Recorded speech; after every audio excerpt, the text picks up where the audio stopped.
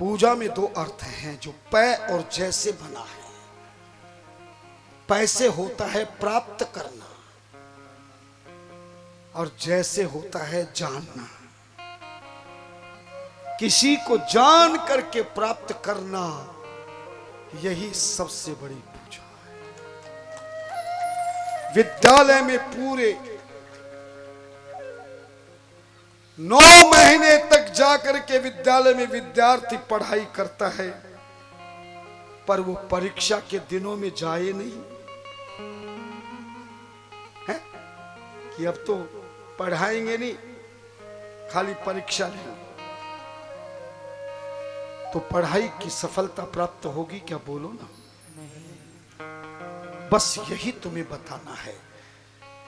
सूत जी बोले, ऋषियों, इससे पहले मैं तुम्हें भगवान शिव की लीलाओं का वर्णन कर देता हूं। ध्यान देना, ये 6 मिनट की पूजा, जब आप शिव के उन असुर लीला संहार की लीला को सुन लोगे और जब 11 रुद्र अवतार की कथा हो जाएगी, तब ये 6 मिनट की पूजा सुनने को मिलेगी। आपको भी धैर्य रखना होगा। जैसे भगवान विष्णु के कई अवतार हुए हैं, ऐसे भगवान ने, शिव ने भी कई अवतार लिए हैं।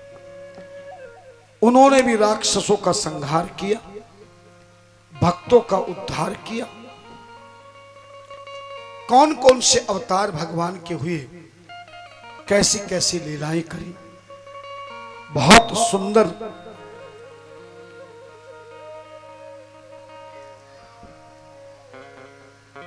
ध्यान देना,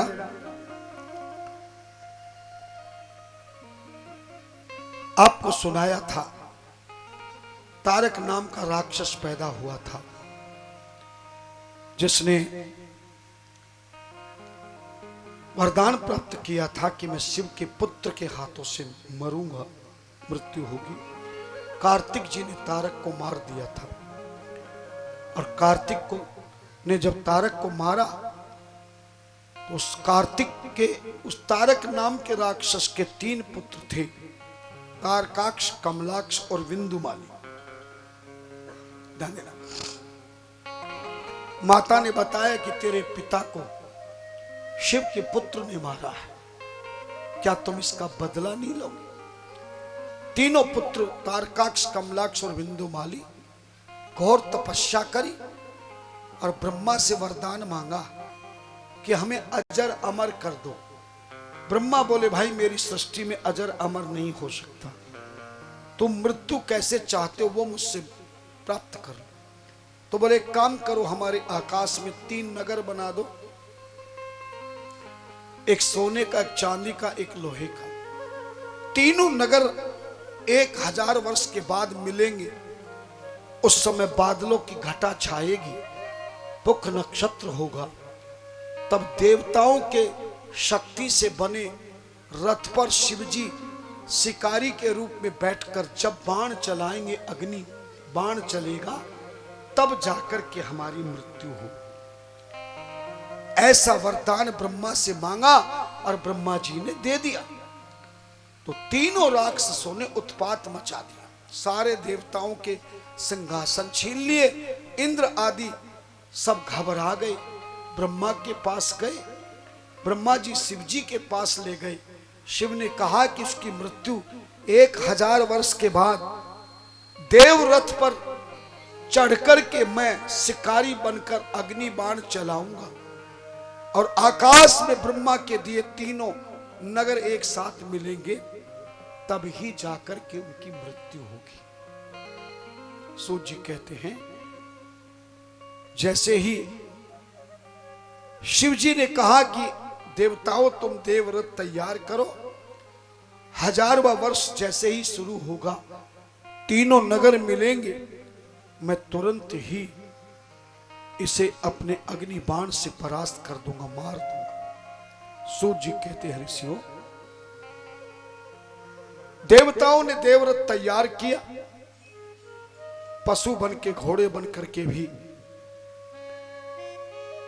4 रथ, 4 घोड़े बने वेद और देवता, अनेक प्रकार से रथों के अंग बन के रथ तैयार हो गया। 1000वें वर्ष में जैसे ही तीनों नगर मिले, तभी भगवान शिव उसी समय घटा छाई, पुख नक्षत्र लगा, तो भगवान शिव ने शिकारी का रूप बनाया, रथ पे चढ़कर तुरंत अग्नि बाण चला दिया और तीनों नगर जलकर भस्म हो गए। सब देवताओं ने जय जयकार करी, क्योंकि 3 नगरों को शिवजी ने जलाया है।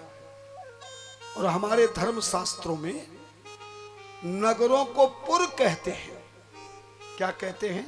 पुर। जोर से बोलो। पुर। पुर कहते हैं।